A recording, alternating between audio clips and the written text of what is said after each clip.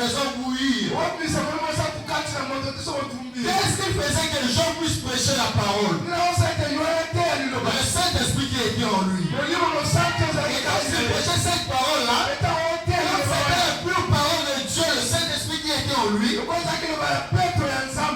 fallait que ce Saint-Esprit puisse confirmer sa propre parole. Parce que le Saint-Esprit c'est Dieu, et la parole aussi c'est Dieu.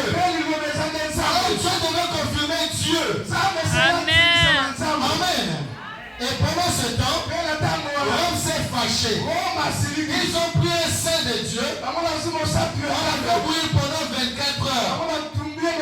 Sans pourtant qu'il soit brûlé. On l'avait fait bouillir pendant 24 heures dans une cuve d'huile.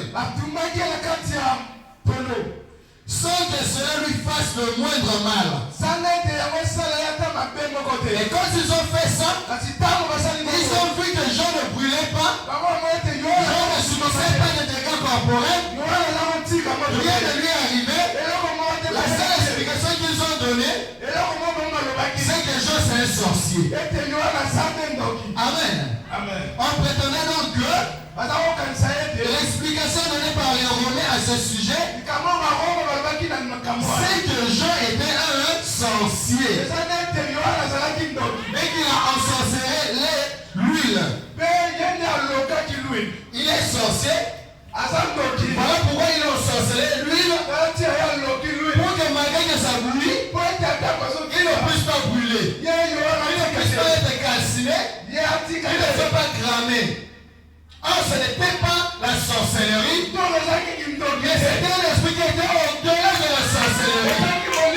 C'était une puissance qui était 1000 fois plus que la sorcellerie. Alléluia. Ils ont pensé, en mettant Jean dans l'huile de feu, Jean va cramer, et tout ce bruit qu'il fait au nom de la parole de Dieu va cesser.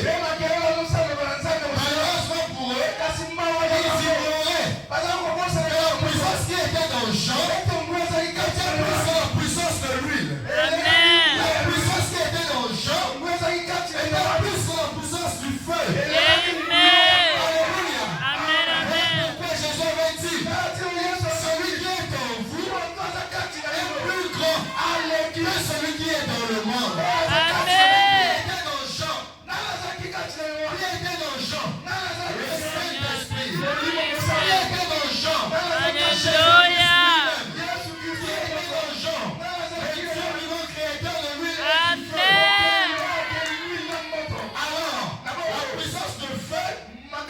Ne pouvait pas gagner la puissance de Dieu. Et pour cela, Jean ne pouvait donc pas être brûlé. Mais comme les Écritures ne manquent jamais à dire, qu'est-ce qu'ils ont décidé? Ça là, c'est pas normal. Un humain naturel, une personne avec les os dans son corps, avec de l'eau, avec la chair, comment se fait qu'il n'est pas brûlé? Certainement, c'est un sorcier. Certainement, il a la sorcellerie. Alléluia. Frère, sœur, parfois les gens vont vous accuser des choses à tort. Des fois, on entend dire dans cette brochure, ce qui s'était passé là, c'est Dieu qui avait permis qu'on puisse accuser les gens de sorciers. Pourquoi? Parce que Dieu avait un travail à faire pour Jean. Dieu avait quelque chose à faire avec les gens. C'est la seule raison pour que Dieu puisse faire cette chose-là. Il fallait que Dieu puisse les séparer des hommes. Qu'il puisse le faire ce travail-là. Dieu devait se révéler à lui. Et comme la révélation ne vient jamais dans l'ensemble. La révélation ne vient jamais dans le groupe. Il fallait que les gens soient séparés des hommes. C'est alors que Dieu pouvait se révéler à lui. Continuons la lecture. On lui est taxé de sorcier. Amen. Maintenant, vous voyez, Maintenant, continue et dit. Amen. Voilà ce que la pensée charnelle peut concevoir. Voilà ce que la pensée charnelle Amen. Maintenant, vous voyez, quand on nous traite, quand on nous nous sommes les liseurs des pensées des gens. Les diseurs de bonne aventure. De Belzéboul. Vous voyez tous cet esprit vient. C'est un vieil esprit. Alléluia. C'est un esprit qui a commencé depuis longtemps. Dieu utilise son homme. Il fait les choses qui dépassent l'entendement humain. Cela de la magie. Cela de la sorcellerie. Il fait cela de n'importe quoi. Amen. C'est un esprit qui a commencé depuis longtemps. Nous sommes au début de cet âge de l'église. Nous sommes au début des âges de l'église. L'âge de l'Éphèse. Le premier âge. Amen. Et donc après cela, qu'est-ce qui s'est passé? Vous voyez, on a 4 heures à cuire dans l'huile chaude. Sans que cela lui fasse le moindre mal. Amen. Sans que cela lui fasse le moindre mal. Oh, combien Dieu l'a mis à l'abri. Amen. C'est Dieu qui l'avait mis à l'abri. Amen. C'est Dieu qui l'a protégé.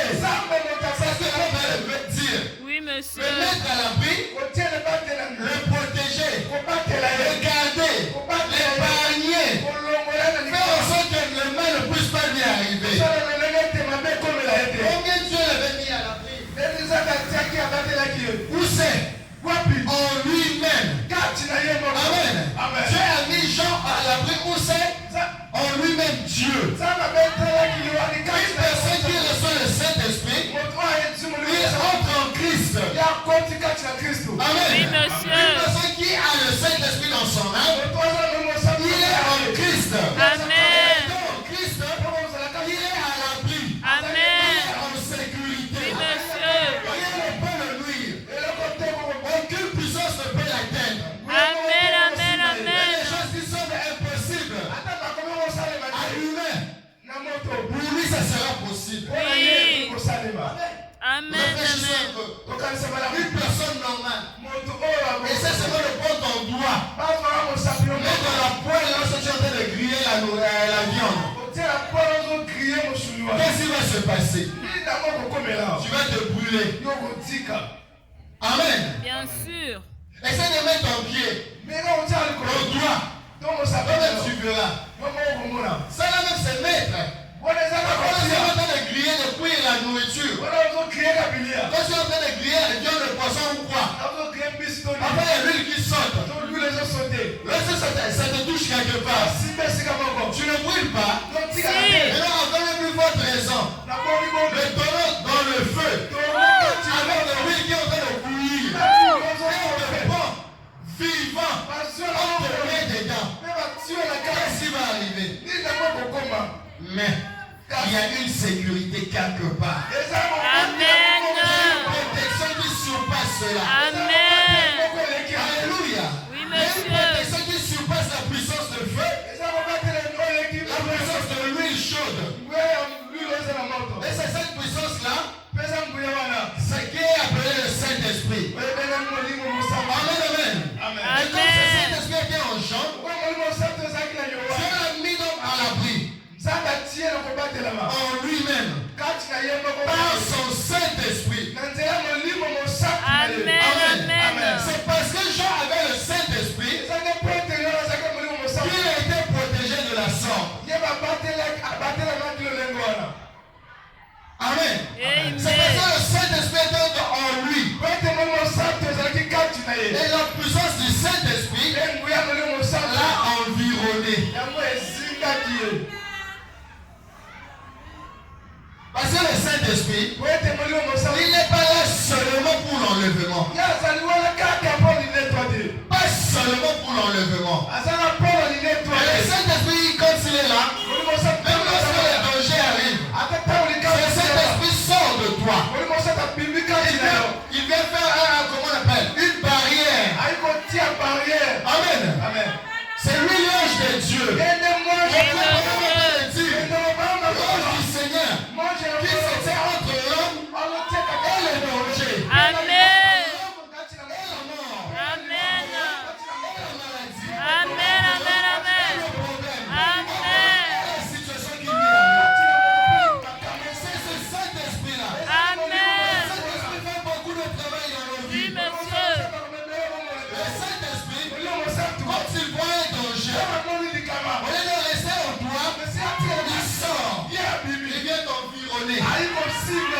Alléluia. Alléluia. C'est l'image de l'Éternel qui campe autour de ce qui est Amen, vrai.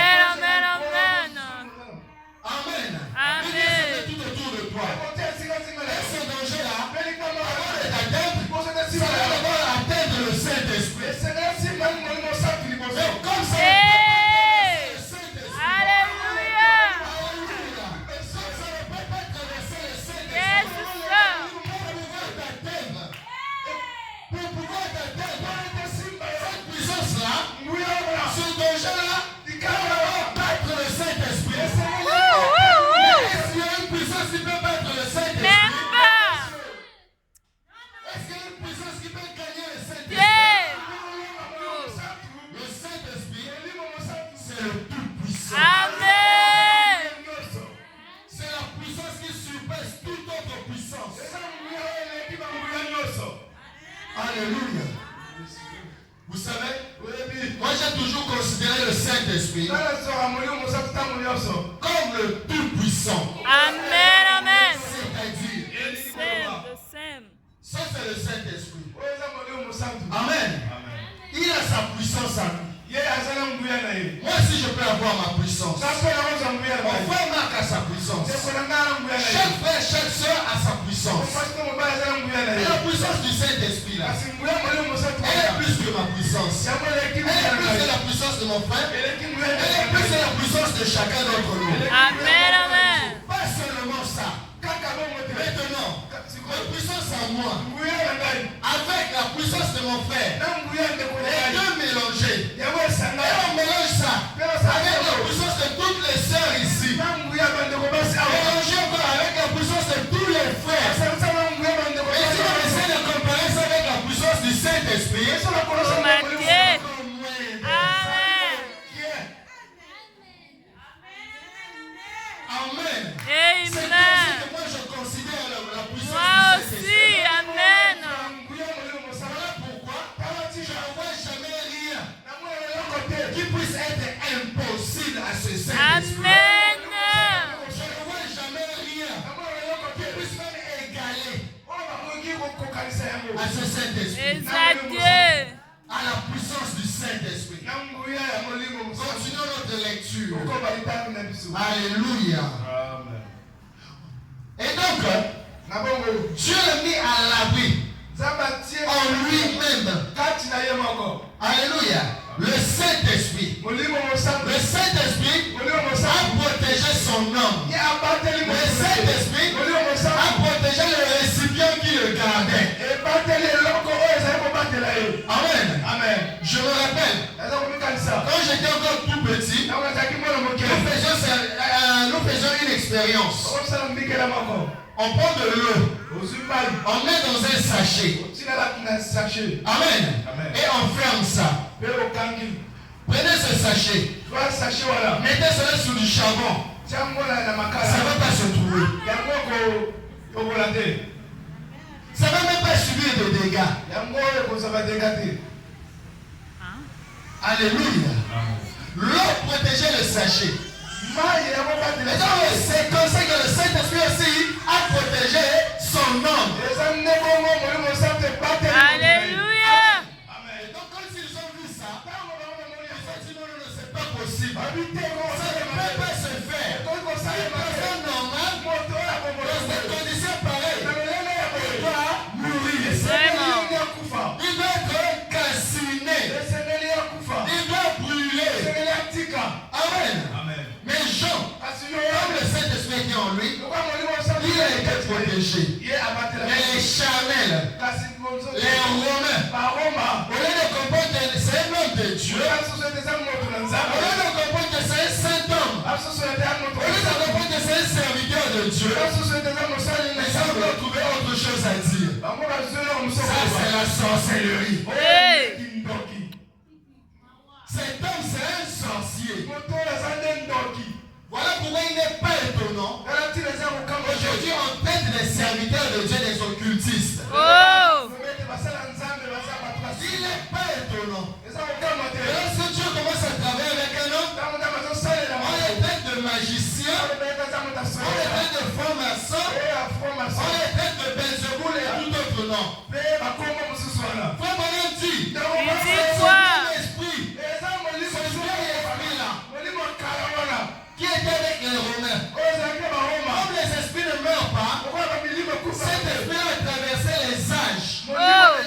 jusqu'à aujourd'hui. Amen, amen. Amen. Alors, comme lui il était sorcier, et qu'on n'arrivait pas à le tuer, il fallait l'envoyer quelque part. Vous voulez bien? On envoyait les prisonniers, les criminels les plus dangereux. Amen. Amen. Moi, madame dit, et même si vous allez dans Google, vous tapez sur île de Patmos, vous allez voir ces choses-là que je suis en train de dire. Pour ceux qui sont dans le groupe WhatsApp, je vais envoyer quelque chose là-bas ce soir même. Lorsque vous serez à la maison, vous pourrez vérifier ça.